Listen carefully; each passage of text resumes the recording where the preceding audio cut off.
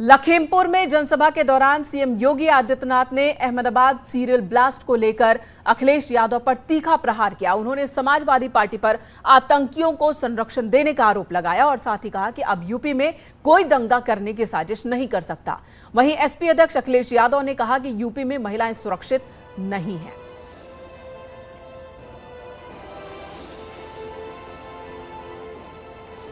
तो प्रधानमंत्री भी लगातार आतंकवाद का जिक्र कर रहे हैं, विपक्ष पर आतंकवादियों को संरक्षण देने का जिक्र कर रहे हैं। तो सीएम योगी आदित्यनाथ सीधे सीधे वो आरोप लगा रहे हैं समाजवादी पार्टी पर कि जो आतंकवाद से जुड़े लोग हैं उनके प्रति सहानुभूति समाजवादी पार्टी की रहती है। और इसका जिक्र अभी हाल ही में अहमदाबाद ब्लास्ट में जो सजा का ऐलान हुआ है उसका जिक्र करते हुए आरोप लगा रहे हैं। और इससे पहले भी सीएम योगी आदित्यनाथ ये बात कहते रहे हैं। प्रधानमंत्री के साथ साथ सीएम योगी आदित्यनाथ निशाने पर ले रहे हैं समाजवादी पार्टी को। और सिर्फ अहमदाबाद का जिक्र सीएम नहीं कर रहे हैं बल्कि उत्तर प्रदेश में जो आतंकवादी हमले हुए हैं उन हमलों का भी जिक्र कर रहे हैं। जो भूत में हमले हुए हैं उनका जिक्र करते हुए ये भी बता रहे हैं कि कैसे समाजवादी पार्टी की ओर से आतंकवाद से जुड़े लोगों को बचाने के लिए कोशिश की गई थी, जिसके बाद अदालत की ओर से फटकार भी लगी थी। हमारी संवेदना गरीब के प्रति है, किसान के प्रति है, नौजवान के प्रति है, महिलाओं के प्रति है। लेकिन सपा की सहानुभूति किसके प्रति है, उनकी संवेदना किसके प्रति है? उनकी संवेदना पेशेवर अपराधी, माफिया और आतंकवादियों की प्रति है। आपने देखा होगा परसों अहमदाबाद न्यायालय ने 38 आतंकवादियों को फांसी की सजा दी है। इन आतंकवादियों ने गुजरात में सीरियल बम ब्लास्ट किया था। 56 निर्दोष लोग मारे गए थे। और भाइयों बहनों, इसमें से जो आतंकवादी फांसी की सजा पाए इनमें से 8 आतंकवादी उत्तर प्रदेश के भी हैं। इनमें से एक आतंकवादी का पिता तो बकायदा समाजवादी पार्टी का पदाधिकारी है, समाजवादी पार्टी का प्रचार कर रहा है। मैं पूछना चाहता हूं अखिलेश यादव से, मैं पूछना चाहता हूं 2008 की इस घटना पर अब तक अखिलेश यादव ने अपना स्पष्टीकरण क्यों नहीं दिया? इन आतंकवादियों के प्रति उनकी सहानुभूति और संवेदना क्यों है? क्या ये राष्ट्रीय सुरक्षा, राज्य की सुरक्षा के साथ खिलवाड़ करने जैसा नहीं है? जो लोग आतंकवाद को प्रश्रय दे रहे हैं, क्या आप लोग, क्या जनता जनार्दन, क्या उनको वोट देगी? और इस वक्त हमारे साथ 3 खास मेहमान जुड़ चुके हैं। भुवन जोशी हैं, एसपी नेता, हमारे साथ मौजूद हैं। स्वागत है आपका। मनोज रघुवंशी हैं, वरिष्ठ पत्रकार। एसएन सिंह हैं, बीजेपी प्रवक्ता। आप तीनों का बहुत बहुत स्वागत है। सबसे पहले भुवन जोशी जी, सवाल आपसे ही है क्योंकि हमला लगातार आप पर हो रहा है। आतंकवाद को लेकर नरमी दिखाती रही है समाजवादी पार्टी, जिक्र कई हो रहा है। अहमदाबाद ब्लास्ट जिसमें सजा का ऐलान हुआ उसका जिक्र तो हो ही रहा है। उसमें एक नेता है मोहम्मद सैफ, जिसके पिता के साथ अखिलेश यादव की तस्वीर बीजेपी ने शेयर की, अनुराग ठाकुर ने शेयर की और पूछा कि क्या संबंध है, बताएं। समाजवादी पार्टी में वो शामिल है, चुनाव प्रचार कर रहे हैं वो। तो देखिए, मैं आपको ले जाना चाहता हूं इतिहास के पन्नों को, थोड़ा सा पलट लीजिए। कौन आतंकवादियों के साथ है, अभी क्लियर हो जाएगा आपको। अभी देश भूला नहीं है जब कंधार में आतंकवादियों को एनडीए की गवर्नमेंट में, माननीय पूर्व हमारे प्रधानमंत्री अटल बिहारी वाजपेयी की सरकार में भारतीय जनता पार्टी के लोगों ने रेड कारपेट पे जाके इनको कंधार छोड़ने का काम करा था आतंकवादियों को। ये भुवन जोशी जी, आतंकवादी जी, इन पर तो जवाब दे दीजिए। इन पर, शादाब अहमद पर तो जवाब दे दीजिए कि वो क्या कर रहे हैं पार्टी में। मैं उसी विषय पे आ रहा हूँ, मेरे को समझ लीजिए आप थोड़ा सा। आपने मेरे से प्रश्न किया तो मैं सवाल जवाब दे रहा हूँ। मैं कहना चाहता हूँ पूरे प्रदेश में कोई ऐसा नेता है जिसने ये बोला है कि जो कानून को ना माने वो हमको वोट ना दे। अगर ये काम किसी ने करने के दिया है पूरे जब से हमारा देश आजाद हुआ है, तो केवल केवल अखिलेश यादव जी ने कहा है कि कानून को अगर आप मानेंगे नहीं तो हमें समाजवादी पार्टी को वोट ना दें।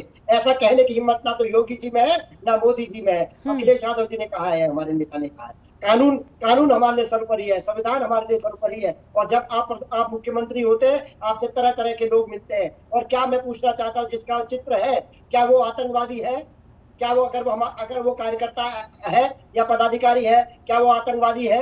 आप नहीं, लेकिन ये बात तो आप अजय मिश्र टेनी के सामने नहीं करते। जब वो मुद्दा आता है तब आप कहते हैं कि चूंकि बेटा आरोपी है तो पिता की भी कभी इस्तीफा होना चाहिए। लेकिन यहाँ पर जिसका बेटा आतंकवादी दोषी करार दिया गया, फांसी की सजा उसको करार दे दी गई, और उसका पिता आपका नेता है, और आप कह रहे हैं कि आप ही का प्रश्न का जवाब मैं भारतीय जनता पार्टी से पूछना चाह रहा हूँ। ये लोग तो टॉनी का आज तक वो रिजाइन नहीं ले पाए, ये गृह मंत्री लेकिन आप अपने सवाल का जवाब नहीं देंगे, आप सवाल के बदले सवाल पूछेंगे। ठीक है, आपके पास दोबारा लौटूंगी। एसएन सिंह जी बीजेपी प्रवक्ता भी हमारे साथ मौजूद है। एसएन सिंह जी, सवाल के बदले वो भी आपसे सवाल कर रहे हैं कि आपके पास कोई अधिकार नहीं है। बार बार आप जो आतंकवाद का ये मुद्दा उठा रहे हैं और इसका फायदा आपको नहीं मिलने वाला है, कह रहे वो। देखिए, बहुत सीधी सी कहावत है, नेचर और सिग्नेचर चेंज नहीं होता है। समाजवादी पार्टी जो कह रही थी कि ये बदली हुई समाजवादी पार्टी है, उसने सिद्ध कर दिया कि वही समाजवादी पार्टी है जो काशी में, वाराणसी में जो दंगा हुआ था, आतंकवादियों को छोड़ी थी। ये वही समाजवादी पार्टी है जो अयोध्या में दंगा किए थे, अयोध्या में विस्फोट किए थे आतंकवादी, उनको छोड़ी थी। ये वही समाजवादी पार्टी है जो सिमी के प्रतिबंध पे विरोध करते थे। ये वही समाजवादी पार्टी है जब धारा 370 समाप्त किया जाता है तो घर में बैठ के रोते हैं और हाउस में विरोध करते हैं। इन्होंने सवाल पूछा कंधार के बारे में, मैं जवाब देना चाहता हूं। कंधार एक घटना थी, आतंकवादी नहीं थे, और वहां पे देश को बचाना था, देश के जवानों को बचाना था। लेकिन यहां खुलेआम हमेशा आतंकवादियों का साथ देने का अगर कोई काम किया है तो वो समाजवादी पार्टी की है।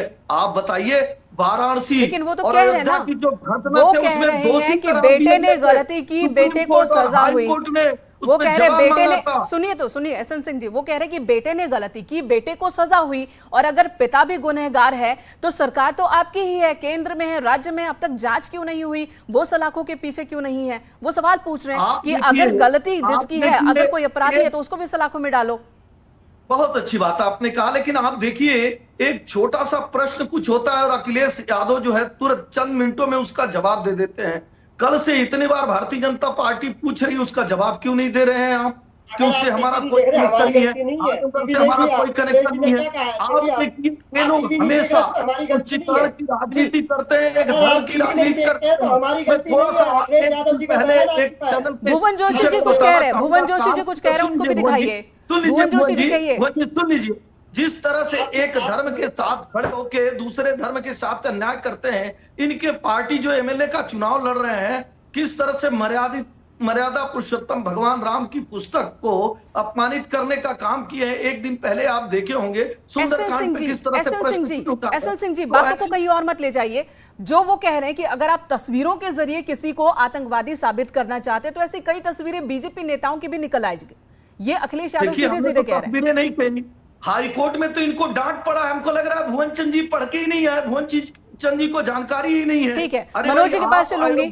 मनोज जी के पास चलूंगी। मनोज जी, तीसरे चरण की वोटिंग हो रही है, उनको आपने छोड़ दिया था। एसएन सिंह जी, मनोज जी भी हमारे साथ मौजूद हैं। मनोज जी, तीसरे चरण का मतदान चल रहा है, उससे पहले एक तस्वीर आती है जो अहमदाबाद ब्लास्ट में एक दोषी जिसे सजा का ऐलान हुआ, उसके पिता की तस्वीर अखिलेश यादव के साथ, वो सामने, और वो चुनाव प्रचार में वो समाजवादी पार्टी में है। सीएम योगी आदित्यनाथ भी लगातार चौथे चरण के चुनाव प्रचार के दौरान भी ये बातें कह रहे हैं, पीएम कह रहे हैं। क्या इसका कोई असर वोटिंग पर आपको देखने को मिल रहा है? देखिए, वोटिंग पर अब ये तो एक तो इशू ही थर्ड फेज में आया है, थर्ड फेज के बीच में।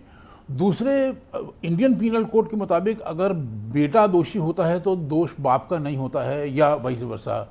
और ये दोष दोनों पार्टियों का, बीजेपी और समाजवादी पार्टी, मैं तो दोनों को बराबर इन लोगों ने बराबर गलतियां की हैं। 13 दिसंबर 1989 को जब रुबैया के बदले में 5 आतंकवादियों को छोड़ा था कश्मीर में, तो बीजेपी सपोर्टेड गवर्नमेंट थी जिस वीपी सिंह की, मतलब उनकी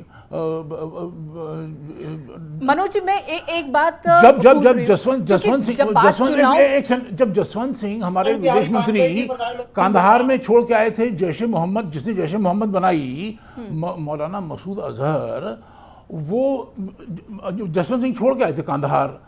लेकिन तो वो कह रहे हैं कि आतंकवादी तब की था, जेल में परिस्थितियां बंद ऐसी था हो गई थी। मनोज जी, वो कह रहे हैं कि तब की देखेंगे परिस्थितियां तो ऐसी हो 8 गई लाख थी, हिंदुस्तानी आम लोगों जो की जिंदगी पाकिस्तान और खतरे में भारत थी, के बंटवारे के समय में मारे आम गए, लोगों की उसकी जिंदगी जिम्मेदारी खतरे में थी देखिए, और इसी वो वजह से आतंकवादी था, अगर जेल किसी में बंद था। घटना को आप लेंगे तो सुनिए, जिस एक तरह मैं की मैं पूरी घटना बात कर लूं, भारत पाकिस्तान के अभी तो एक बंटवारे में पक्षीय बात 8 हुई है। लाख लोग मारे गए, उस घटना की जिम्मेदारी मनोज जी किसके ऊपर जाएगी? एसएन सिंह जी, आदमी- उनको एक बात आदमी- पूरी करने दीजिए। एसएन एक सिंह आदमी- जी, मनोज जी को आप बात पूरी बीच में- करने आप दीजिए। बीच में, मैं तो अभी भारत के लोगों पे आती है और हम भारतीयता की मनोज जी, जान आप बचाते अपनी हैं, बात भारतीयता पूरी की कीजिए। जान हाँ, मैं बात पूरी बचाते कर हैं, देता हूं। तो देखिए, उसको एसएन इससे सिंह जोड़ जी, के एक नहीं मिनट, कहा जा सकता। एसएन ये बुरा सिंह मान रहे सर- हैं, ये बुरा मान रहे हैं। हाँ। जसवंत सिंह ने जो मसूद अजहर को छोड़ा, जिसने जैश ए मोहम्मद बना ली, जिसने पुलवामा अटैक भी किया, पठानकोट अटैक भी किया, वो मसूद अजहर को हमारे विदेश मंत्री छोड़ के आए थे कांधार।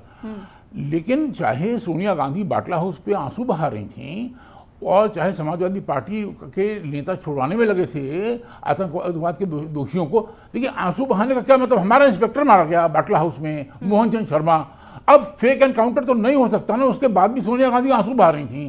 तो प्रधानमंत्री का ये कहना बिल्कुल जायज है कि इन लोगों के दिल में कुछ कुछ होता है। तो क्या ये ऐसा है कि एक खास तबके को खुश करने के लिए, जी, जी, संतुष्ट जी, करने जी, के जी, लिए जी, जी। आतंकवाद को समर्थन के हद तक पहुंच जाते हैं? जी ऐसे- जी जी, मतलब देखिए वो भुवन जोशी जी जवाब देंगे इसका। भुवन जोशी, आप पर ही आरोप लग रहा है, समाजवादी पार्टी पर आरोप लग रहा है कि खास तबके को नाराज ना हो, वो तबका खुश हो, संतुष्ट हो, इसलिए आतंकवाद के हद तक जाकर समर्थन कर देते हैं आप लोग। भारतीय जनता पार्टी के प्रवक्ता से कहना चाहता हूं कि उनके प्रश्न का जवाब दे दूं। पहले उन्होंने कहा कि अखिलेश यादव जी का बयान दिया है। मेरे को लगता है पता अपने किसी निजी कारण से वो बहुत देर तक टीवी से दूर है, मुझे लगता है। माननीय अखिलेश यादव जी का बयान आ चुका है। उन्होंने कहा है कि कानून अपना काम करेगा और हम कानून के साथ हैं, हम किसी के साथ नहीं खड़े। हमारा नेता बिल्कुल स्पष्ट है। हमारे नेता माननीय अखिलेश यादव जी ने कहा है जो कानून का पालन करेगा वही वो हमें वोट दे, और जो कानून का पालन नहीं करे वो हमें वोट नहीं दे। ये हिम्मत है किसी भारतीय जनता पार्टी के नेता की? योगी जी या मोदी जी की किसी की हिम्मत कह दे? ये तो हमारे अंडरस्टूड, नेता की कहने की- ये तो अंडरस्टूड है। ये तो एक तरफ कहें कि माफ कीजिए, कानून ये जो ना अंडरस्टूड, तोड़े, ये वो अंडरस्टूड, एक बात, जी, ये मनोज जी। अंडरस्टूड होता है, ये अंडरस्टूड होता है। पूरी सरकार एक धर्म आप के साथ खड़ी माफ हो कीजिए, गई। ये क्या उस बिना समय बात, ये कानून बिना नहीं बात था? की क्या डायलॉग उस समय बाजी संविधान है। नहीं क्या था? क्या अखिलेश उस समय आप मुख्यमंत्री नहीं थे? माफ कीजिए, जब आप शपथ लेते हैं ना, एक धर्म के साथ जब आप खड़ी हो शपथ जाती लेते है, हैं, उस समय संविधान और कानून कहाँ था? सिंह साहब 300 के मुलजिम को जेल से छुड़ाया जाता है। एक एक करके बोले ना, एक एक करके, कम बहुत कम वक्त रह लोग गया। मनोज जी कुछ बोल रहे हैं। जब कोई प्रधानमंत्री या मुख्यमंत्री शपथ लेता है तो शपथ के अंदर ये शामिल होता है कि वो कानून का खुद भी पालन करेगा और कानून का पालन करवाएगा। लेकिन कई बार हम देखते हैं कि मंच से कुछ और बातें होती हैं और पीछे जब हम मंच से अलग नीचे उतरते हैं तो कुछ और एक्शन अलग नजर आता अलग से है। बोलने की बात ही नहीं है ना। ये कोई नेता ने मंच से बोल दिया, अखिलेश ने, अलग से बोलने की बात नहीं है। सही ये बात है। और अंडरस्टूड कोई होता भी है नेता कि मंच से आप तो ये कहेगा नहीं कि कानून आप का उनको पालन जाकर करेंगे। वोट कीजिए जो कि कानून का पालन नहीं करते हैं, वो तो यही कहेगा। लेकिन कथनी और करनी में कितना अंतर है, जी। उस पर भी जनता की निगाहें हैं। आप तीनों का बहुत बहुत धन्यवाद इस वक्त हमारे साथ जुड़ने के लिए। तीसरे चरण का मतदान चल रहा है, 59 सीटों पर वोटिंग हो रही है। अगले चौथे चरण के लिए चुनाव प्रचार तेज हो चला है। जितने तीर हैं, जितने हथियार हैं, जिस दल के पास, सभी का इस्तेमाल कर ले रहे हैं। नतीजों पर सबकी नजर रहेगी। जनता क्या फैसला ले रही है, बहुत हद तक मन बना चुकी है जनता, और क्या फैसला लेगी उस पर भी हमारी नजर आएगी।